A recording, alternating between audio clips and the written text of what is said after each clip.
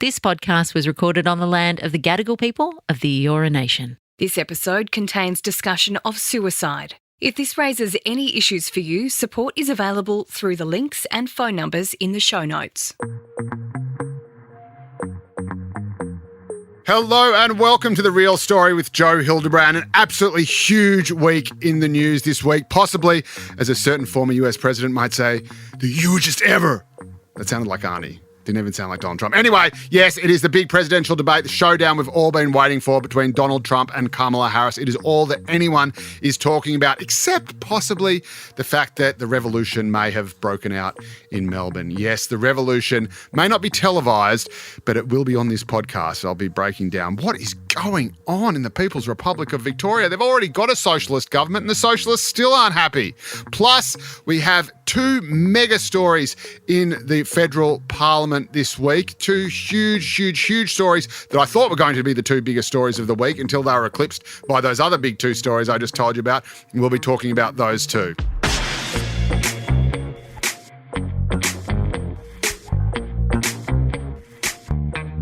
First up this week, though, I'm going to introduce you to a neat little trick called the rope-a-dope. And this is something that, against all expectations, I think it is fair to say, Kamala Harris managed to pull off in the great presidential debate. Now, the lead up to this debate was extraordinary. Donald Trump even had his sentencing postponed for election fraud or campaign finance fraud or whatever the hell it was that they trumped up against him. Even that was postponed because everyone was too excited about the debate. It was absolutely huge. It was on ABC News. It had millions and millions and millions of eyeballs, including even my 4-year-old daughter for a while. I don't think she was particularly impressed, but she watched it anyway. Now, this should have been Donald Trump's chance to sort of pounce like the lion onto the mouse of Kamala Harris. And this is what a lot of his supporters were expecting and hoping. It comes against a backdrop of Donald Trump actually climbing in the polls. A New York Times Siena poll just days before the debate had Donald Trump edging ahead of Kamala Harris in the national polls, about 48, 47. Absolutely nothing in it, but still it shows that Donald Trump, after the honeymoon period, after the Kamala-mentum, after the convention bounce, that she was starting to trail ever so slightly, and Donald Trump's numbers were starting to pick up ever so slightly. They were also neck and neck in all those big swing states, especially, of course, Pennsylvania, which is must win for both of them. Effectively, whoever wins Pennsylvania will win the presidential election. And again, there's just nothing between them, just 1 or 2%. It's extraordinary. And against this, they have this debate. And the debate itself was the most phenomenal example of what to do and what not to do. And I'll take you through it bit by bit, and I'll take you right up to the moment where Donald Trump lost the first and probably only presidential debate between him and Kamala Harris, and possibly also lost the US presidential election. Now, let's take it to early on in the debate, about 10 minutes or so in. Kamala Harris is appallingly nervous. She is clinging to various talking points that she's clearly been prepped for by her aides. She's apparently spent so much time and energy preparing for this that she even matched the venue and matched the lighting of the debate stage so that she wouldn't get thrown by, too much aperture. Anyway, she's incredibly nervous. She's got an incredibly dry mouth. She says the word actually over and over again. Here she is trying to go on the offensive against Donald Trump. She says Donald Trump has no plan. Have a listen. The best economists in our country, if not the world, have reviewed our relative plans for the future of America. What Goldman Sachs has said is that Donald Trump's plan would make the economy worse. Mine would strengthen the economy. What the Wharton School has said is Donald Trump's plan would actually explode the deficit. Yes, there you go. And Kamala Harris even says that her economic plans are endorsed by Goldman Sachs. I'm not sure if she was around for the last great financial crisis, but Goldman Sachs endorsing you probably isn't going to go too well in the Rust Belt states after their previous form. Donald Trump, on the other hand, is far more natural. He's far more pugnacious. And again, he's not speaking from any pre-prepared kind of talking points, although I guarantee you that he had this zinger in his back pocket ready to pull out. She doesn't have a plan. She copied Biden's plan, and it's like 4 sentences, like run, spot, run. Ah, run, spot, run. Now that is a Bill Shorten zinger, as played by the great man. And on it went, with Kamala Harris not making any mistakes, but sounding very nervous, sounding not quite sure of herself, always sounding like she's asking herself a question about whether or not it's something she really believes in, with that upper inflection at the end of a sentence. Like, I really believe in economic opportunity. It's like, don't I? Is that what I'm meant to say? And Donald Trump is just in there going bang, bang, bang. It's all lies. Everything you're saying is lies. I was great. I ran the greatest economy ever. We did everything the best ever. You're an idiot, whatever. Now, Donald Trump at first is relatively controlled, for him at least, and he's sticking to the issues. He's turning things back on Kamala Harris, on her record as president, accusing her of making stuff up about him. Now, a lot of it is just fantasy, but it sounds really plausible. And it's, as you know, George Costanza from Seinfeld said, it's not a lie if you believe it. And Trump has clearly convinced himself of all these things. And so he believes it, and he makes the audience believe it. It's like when you're in school band or in the choir, you know, you make a mistake and the teacher, the conductor always says, just keep going and smile. The audience will think you meant it. That's what Donald Trump does. He just keeps going. He just says it and he believes it. And sooner or later, the audience believes it. But then Kamala does something which clearly was part of her advisors' tactics for this debate. Clearly, they knew that if they could pull this off, they might just get a bit of an edge. But I don't think even they would have dreamed in their wildest fantasies just how amazingly brilliant it worked. Kamala Harris, she actually says to the public out there watching, go to one of Donald Trump's rallies. They're not very good. Have a listen. I'm going to invite you to attend one of Donald Trump's rallies because it's a really interesting thing to watch. You will see during the course of his rallies, he talks about fictional characters like Hannibal Lecter.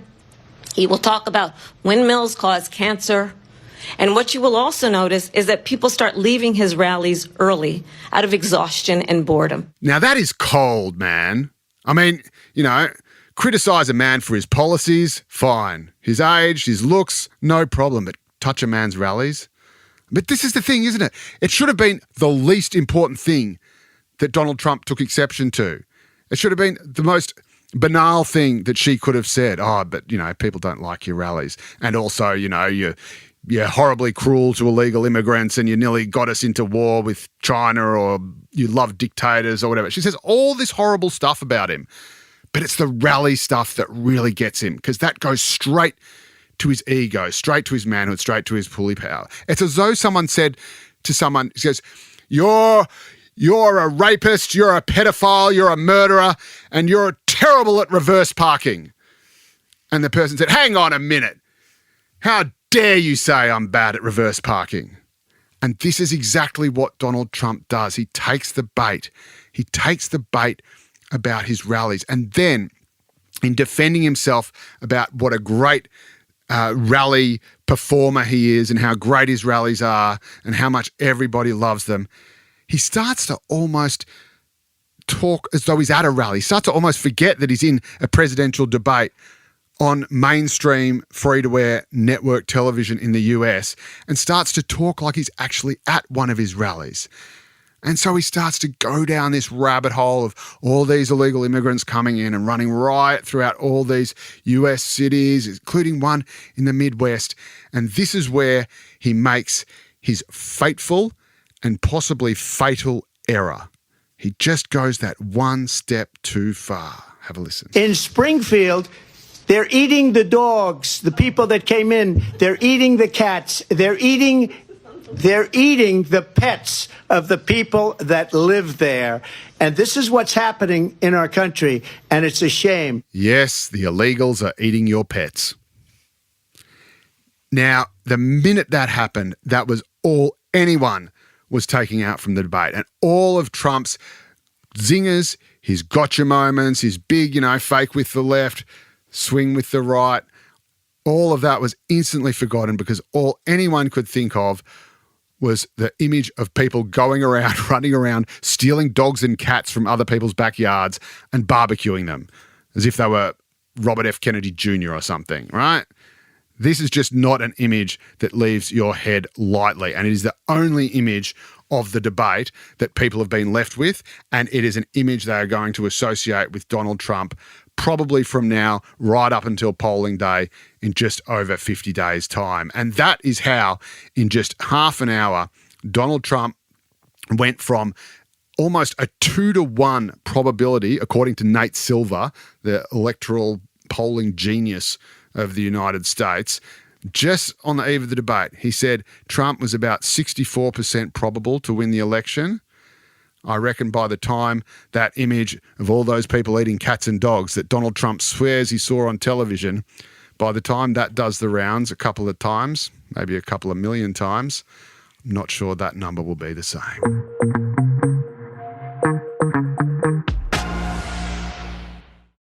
Now, of course, the other big story today, at least in this part of the world, was the fact that a revolution may or may not have broken out in the sunny southern city of Melbourne. This is, of course, all the protesters from, very good question, who knows? They're from all over the place. They're pro-Palestine, they're pro-Russia, they're anti-climate change, they're just everything. They're anarchists, they're socialists, the usual sort of grab bag, all in devotion to the Omnicause. But these guys are a little bit kind of scarier. They're a bit Antifa. They're all wearing masks. I mean, they're still very skinny and keep getting knocked over by police officers. But, you know, they seem to be a little bit more all in than just your usual rent-a-crowd kind of noodle-armed hipsters who are gluing themselves to freeways and bridges and cranes and the usual sort of stuff. These guys seem just a touch more angry.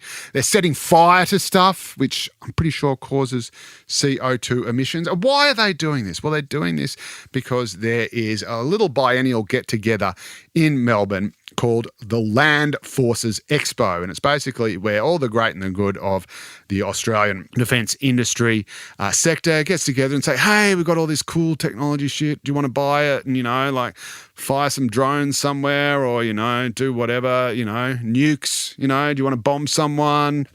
Point being, this is something that happens all the time. It used to happen in Brisbane every 2 years. It now is happening in Melbourne for the first time. They poached that major event just like the Grand Prix. Didn't that work out well? And now they've got thousands of these ferals just going apeshit in the streets of Melbourne and screaming and picking fights with police. Apparently they're hurling manure. As I said, they're also setting fire to rubbish bins, and not just the proper kind of, you know, oil tanks that can get a decent blaze going. They're firing the wheelie bins, the plastic ones. They're just melting. It's like the worst kind of polluting smoke that you can possibly imagine. And these guys are doing it. And of course, they're doing it all in the name of peace and climate change and it just makes no sense. It makes no sense whatsoever. For one thing, who are they trying to appeal to? Who is going to say, you know what, I was really pro-war.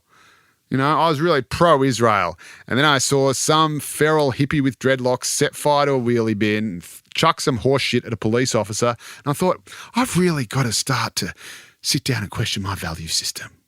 They're not changing anybody's mind. They're not even trying to change anybody's mind. This is all about people showing, oh, you know, I was there, man. I was there fighting for climate change. I was there fighting for blah, blah, blah. And it doesn't matter what you're fighting for. As Bob Dylan said, it's all about the hunk and not the butter.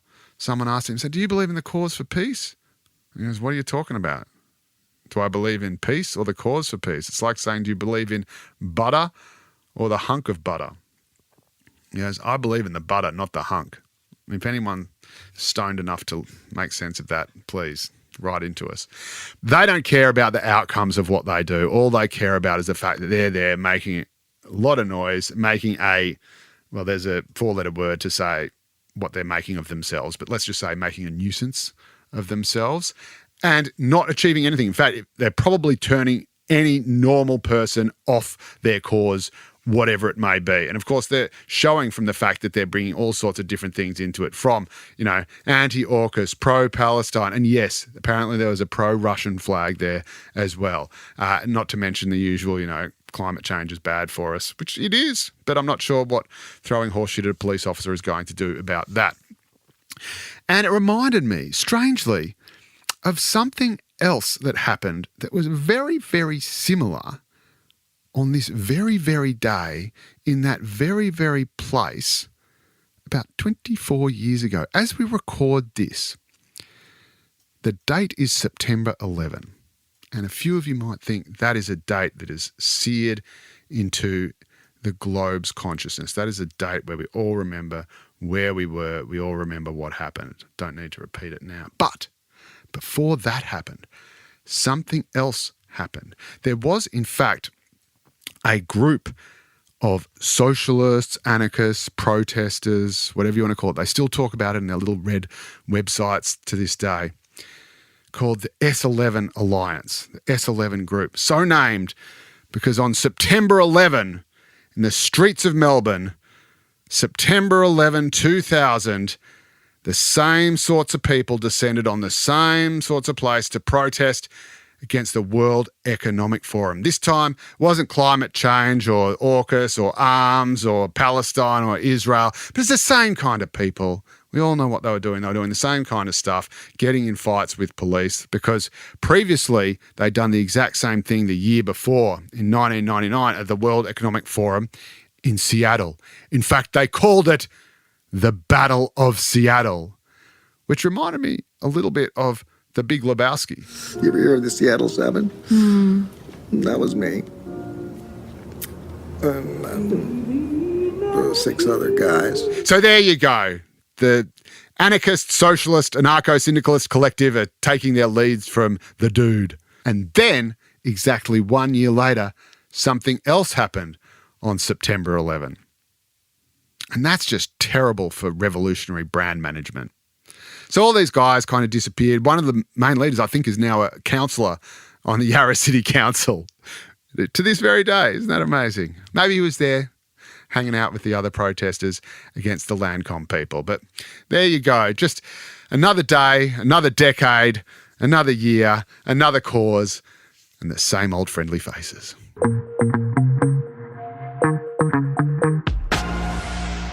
And now, just to go quickly to another couple of really important issues that were all set to dominate the debate and the news all this week until, of course, Donald Trump and the revolution came along, and not even in the same form. And that is this Royal Commission into Defence and Veterans Suicide, which handed down its report on Monday.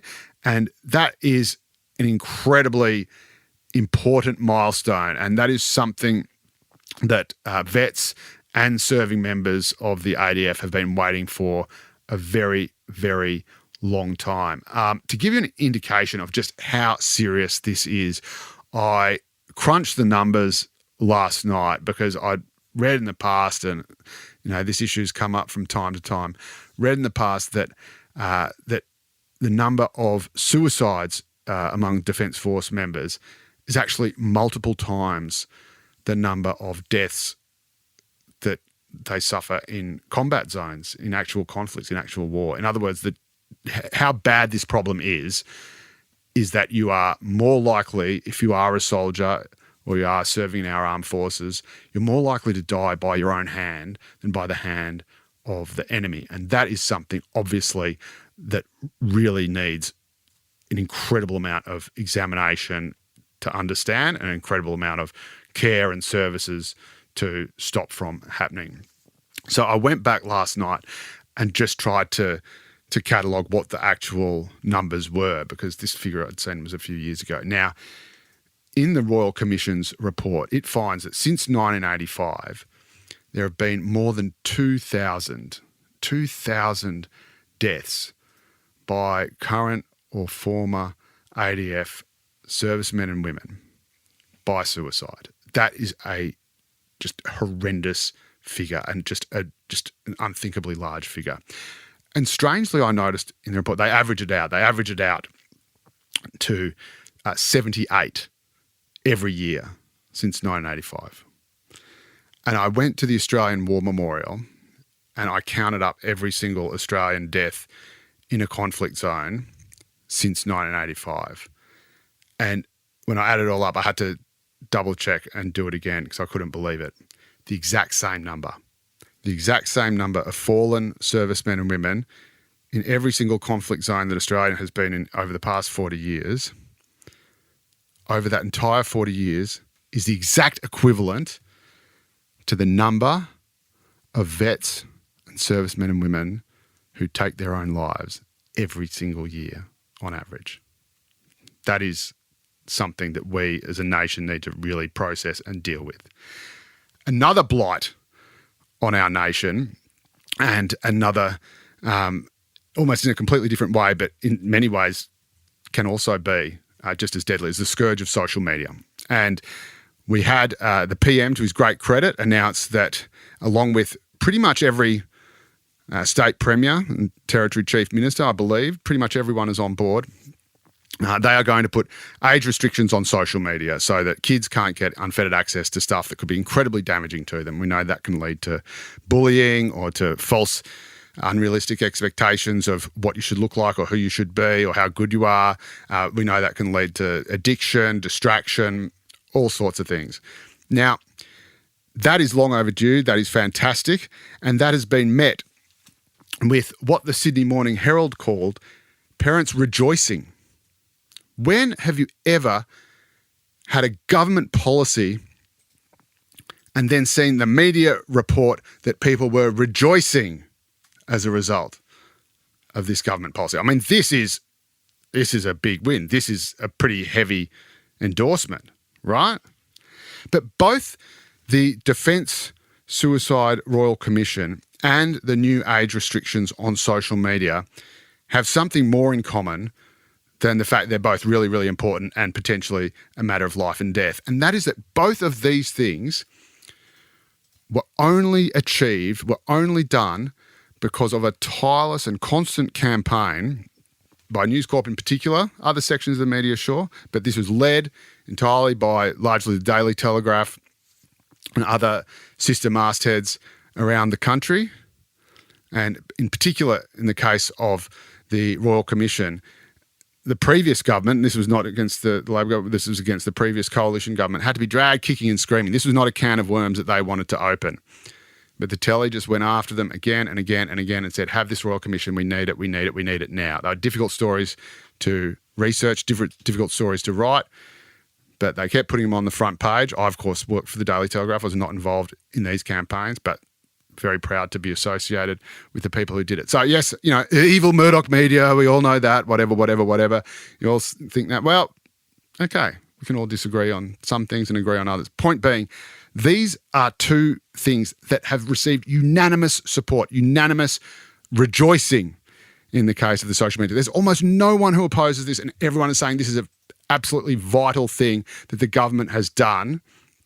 And it's something that is long overdue, something we desperately want, something that no one is opposed to.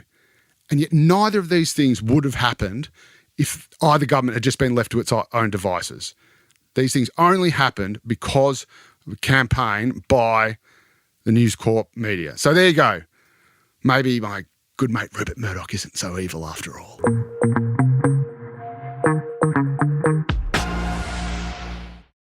Now, as you know, we like to offer you something a little bit different on this podcast, something off the beaten track, something you won't hear in other media. And one of the things that I've been doing recently that goes a little bit against the grain, you might have noticed, is I'm very much pro-vaping. Not for the kids can bin it, but for people who are trying to quit smoking and haven't had any success any other way.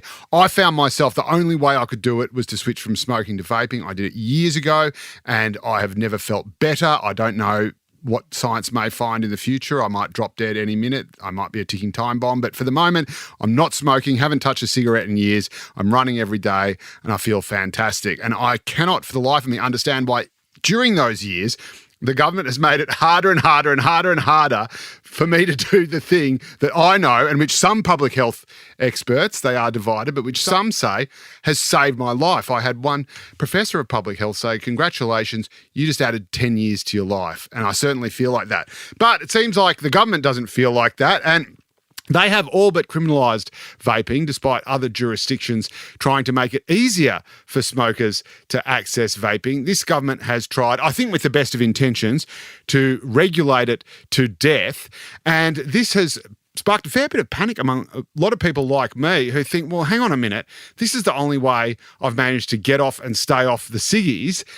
And now they're making it almost impossible for me to do it. Well, I want to speak to someone who is of a bit of a like mind. She set up a group called Alive. I suspect it's one of those things where they've chosen the word and then chosen the other words to fit it. But it's Australia, Let's Improve Vaping Education. And she's got a name that makes you want to interview her just on the back of that alone. Pippa Starr, welcome to The Real Story. How are you?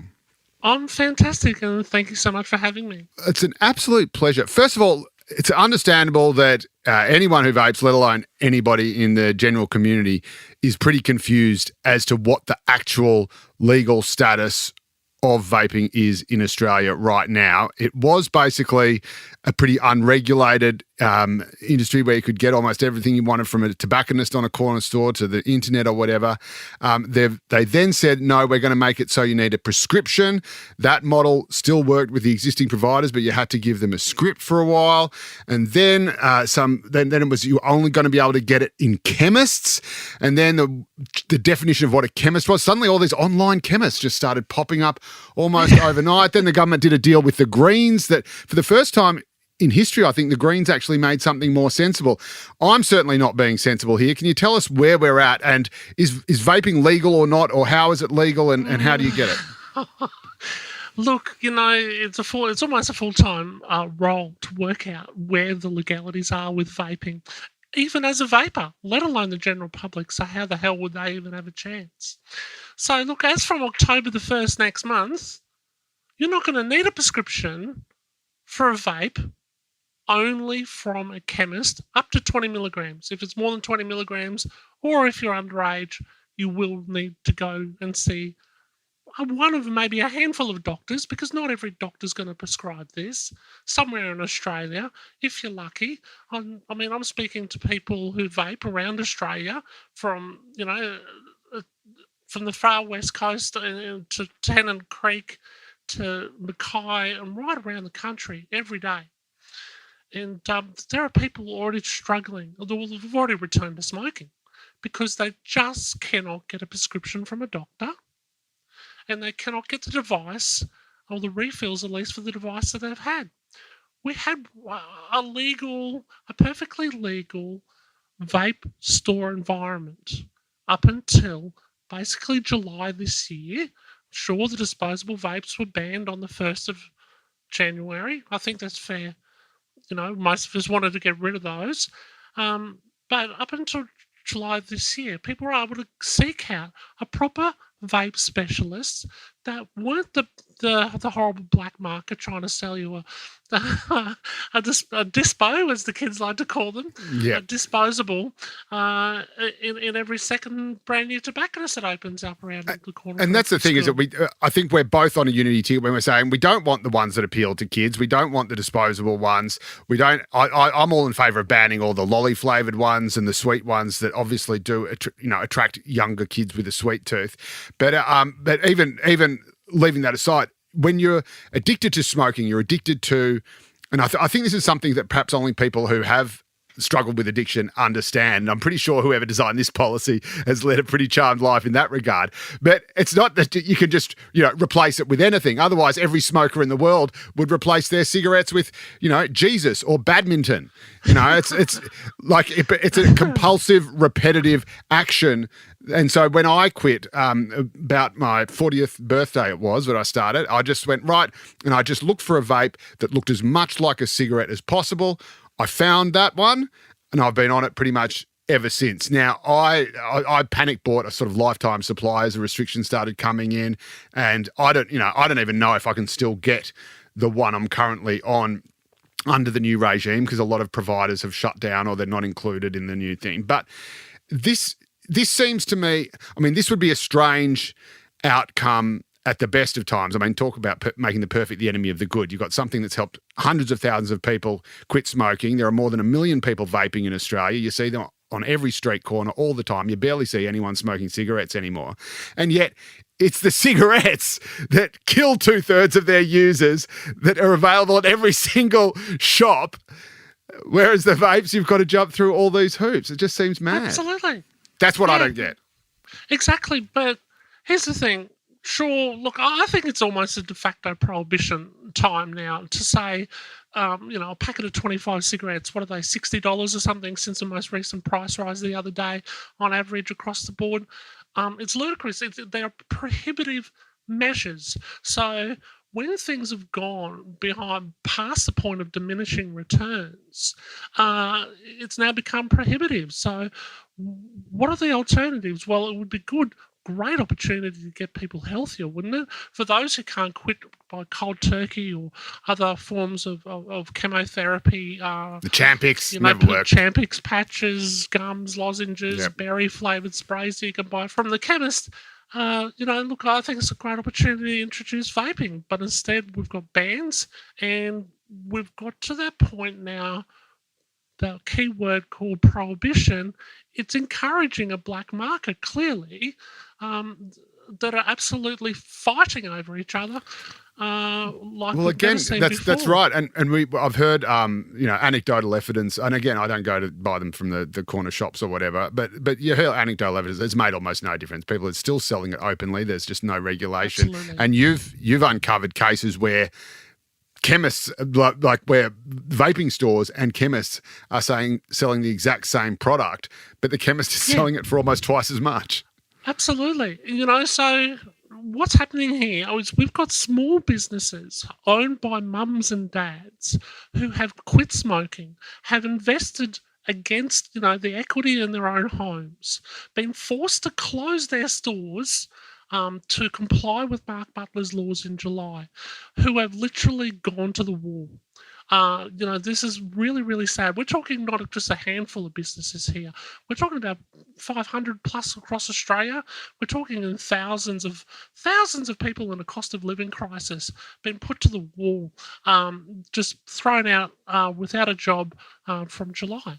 So it's having an economic effect as well. Oh, look, absolutely. And can I ask people, just for clarity, which is something that people always ask, but do you or your organisation have any associations with or receive any funding from tobacco companies at all? Look, let's be absolutely clear. We're not a front group for anyone. We do not take money from any industry, be that big tobacco or vaping or wherever. We are the vapers of Australia. We are the grassroots people who vape, who have had enough. We are sick of the propaganda and we need to be heard. We've come together as a collective because in the last inquiry, the last federal vape inquiry of the tobacco bill and vaping other products bill, now there was 281 submissions that were actually filed, if you like, with the federal government.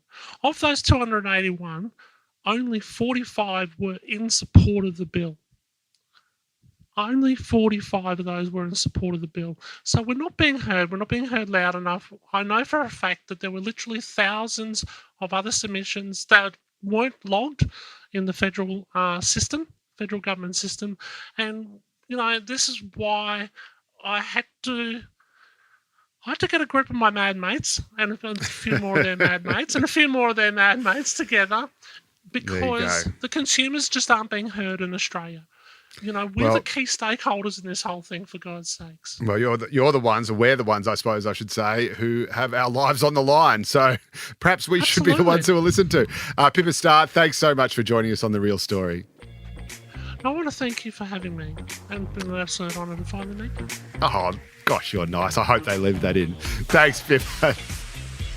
And that is all we have time for today. Thank you so much for listening to The Real Story. If you love what you hear, leave a rating and a review. If you don't love what you hear, just pretend you love what you hear and then leave a rating and a review as if you loved it. If you want us to cover anything on the podcast, you can reach out via our socials, by which I mean my personal Instagram account. That is at Joe_Hildebrand.